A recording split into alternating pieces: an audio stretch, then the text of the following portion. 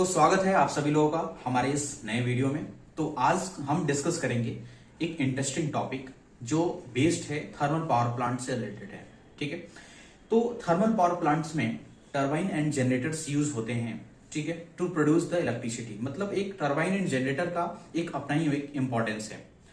तो उसी में जो जनरेटर है हमारा, वो जनरेटर में अगर फुल लोड स्पीड पे अगर वो जनरेटर रन कर रहा है तो उसका जो अप्रॉक्स स्पीड है वो 3000 आरपीएम के आसपास होता है। ठीक है, तो आप सभी जानते हैं कि अगर किसी भी जनरेटर का जो रोटर है वो 3000 आरपीएम पे अगर रोटेट कर रहा है तो वो कितना ज्यादा हीट जनरेट करेगा। ठीक है, उस हीट को मैनेज करने के लिए, उस हीट को रिजॉल्व करने के लिए कुछ ना कुछ कूलिंग्स की रिक्वायरमेंट्स होगी।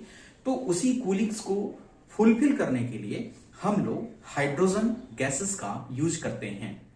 नॉर्मली अगर हम बात करें कि एयर का यूसेस क्यों नहीं करते हैं कूलिंग के रिस्पेक्ट में, ठीक है, तो मैं आपको क्लियर बता दूं कि अगर हमारा थर्मल पावर प्लांट या थर्मल पावर जनरेशन जो है वो 60 मेगावाट से लेस देन है या इक्वल्स टू है, ठीक है, तो हम एयर कूलिंग के रिस्पेक्ट में, है ना, बात कर सकते हैं। लेकिन अगर हमारा प्लांट की जो पावर जनरेशन की जो कैपेसिटी है वो greater than equal to 60 megawatt है तो उसमें एयर कूलिंग सक्सेस नहीं है। ठीक है, इसके लिए हम हाइड्रोजन कूलिंग करते हैं।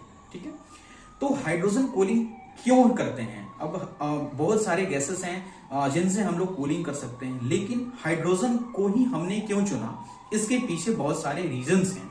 उन्हीं रीजंस को हम लोग डिस्कस करेंगे। क्या हाइड्रोजन का एडवांटेजेस है, ठीक है, जिसके लिए हम लोग हाइड्रोजन को कूलिंग के लिए यूज कर रहे हैं। ठीक है, तो वन बाय वन जो है हाइड्रोजन का जो इंपॉर्टेंस है ना, हाइड्रोजन की जो विशेषता है, उन चीजों को हम लोग डिस्कस करेंगे। ठीक है, तो ये चीज तो क्लियर हो गई कि एयर का यूसेस हम कूलिंग के लिए तब करते हैं जब हमारे प्लांट की पावर जनरेशन की capacity less than equal to 60 megawatt है तो एयर को यूज कर लेते हैं। और अगर ग्रेटर देन 60 मेगावाट है तो हम लोग एयर को यूज ना करके हाइड्रोजन को यूज करते हैं।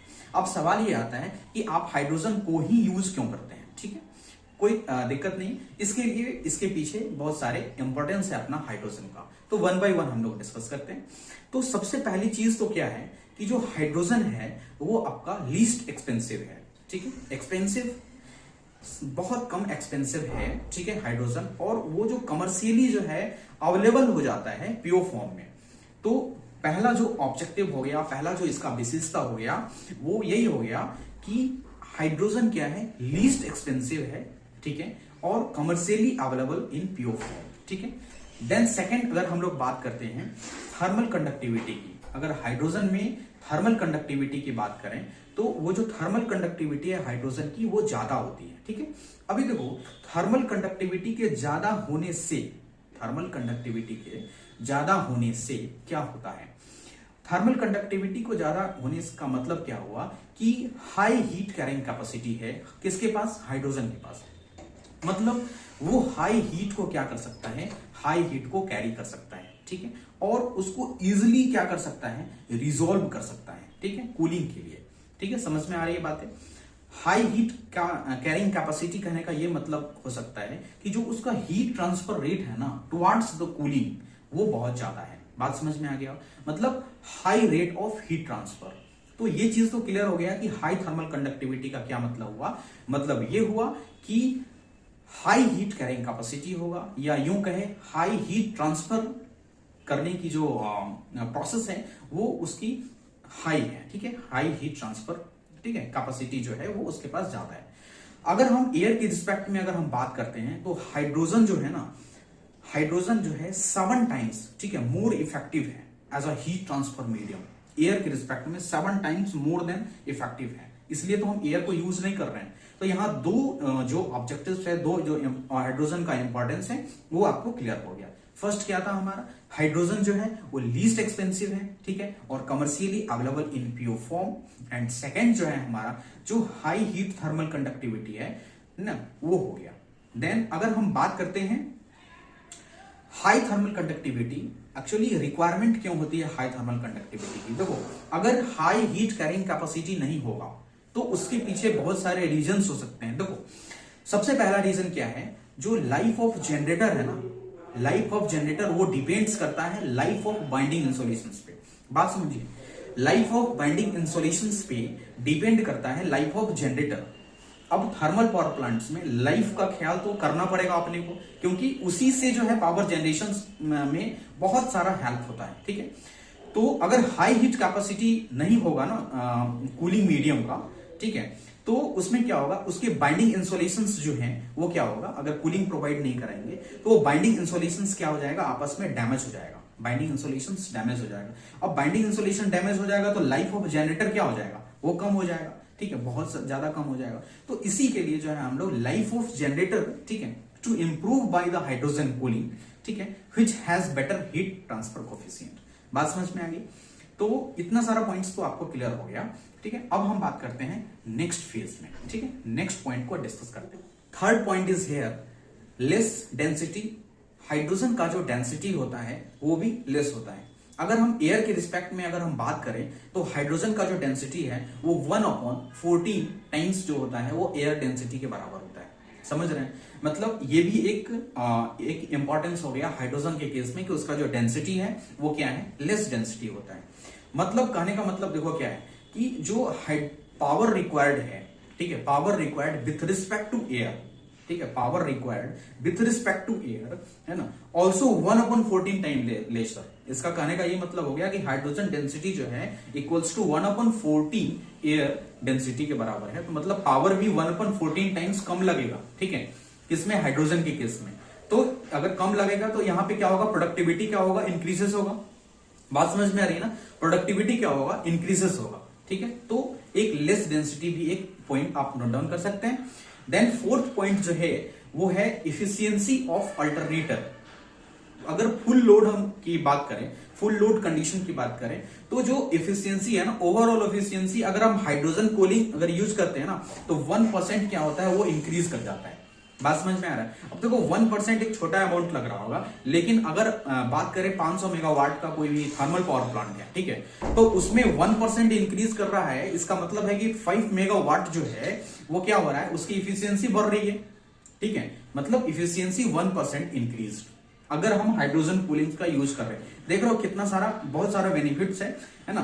एक तो लाइफ ऑफ जनरेटर जो है वो भी एक्सपांड हो रहा है, हमारा इफिशियंसी बढ़ रहा है। ठीक है, तो ये सारी चीजें हैं जिसको देखते हुए हम लोग हाइड्रोजन को यूज करते हैं। ठीक है, पॉइंट की बात करें तो देखो इसमें क्या होता है, विंडेज लॉसेस भी आता है। ठीक है, विंडेज लॉसेस आता है तो इसमें अगर हाइड्रोजन कूलिंग की हम लोग यूज करते हैं ना तो लेस विंडेज लॉसेस होता है। ठीक है, बिकॉज जो हाइड्रोजन है ना वो एयर से भी हल्का है।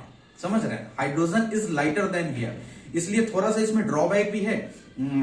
हाइड्रोजन के केस में ड्रॉबैक भी है जो मैं नीचे बताता हूं। जो हाइड्रोजन है ना वो बहुत फ्लेमेबल गैस है। ठीक है, समझ में आ रही है ना?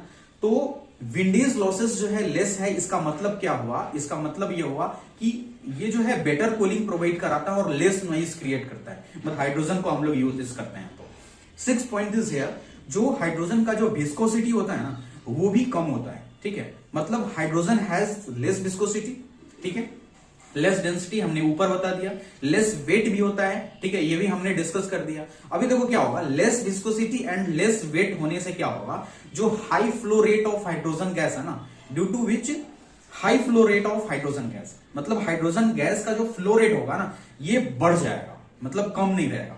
समझ रहे हैं ना? 7th पॉइंट इज हियर कि स्पेसिफिक हीट जो है, इसका स्पेसिफिक हीट क्या होता है, हाई होता है। अभी देखो स्पेसिफिक हीट एक्चुअली क्या है, देखो अमाउंट ऑफ हीट रिक्वायर्ड, ठीक है, amount of heat required to reach the temperature, कितना, 1% for a unit mass of a substances. बात समझ में आ रहा है? अभी देखो कहने का मतलब क्या है कि हीट ऑब्जॉर्बिंग कैपेसिटी जो है, हीट ऑब्जॉर्प्शन का कैपेसिटी जो हमने पहले भी बताया है कि जो थर्मल कंडक्टिविटी क्या होता है, हाई होता है। तो वो क्या है, हीट एब्जॉर्प्शन कैपेसिटी भी अगर हाइड्रोजन की हम बात करें तो वो 14 टाइम्स मोर देन एयर होता है, 14 टाइम्स मोर देन एयर होता है। ठीक है, वहां हमने कंपैरिजन नहीं बताया था, वहां यह समझा दिया कि थर्मल कंडक्टिविटी क्या होता है। बात समझ में आ गया? अभी देखो, हाइड्रोजन को हम लोग वर्किंग प्रेशर्स की अगर हम लोग बात करें तो 5 बार तक जो है इजिली हम लोग इतने प्रेशर्स पे हम लोग काम कर सकते हैं।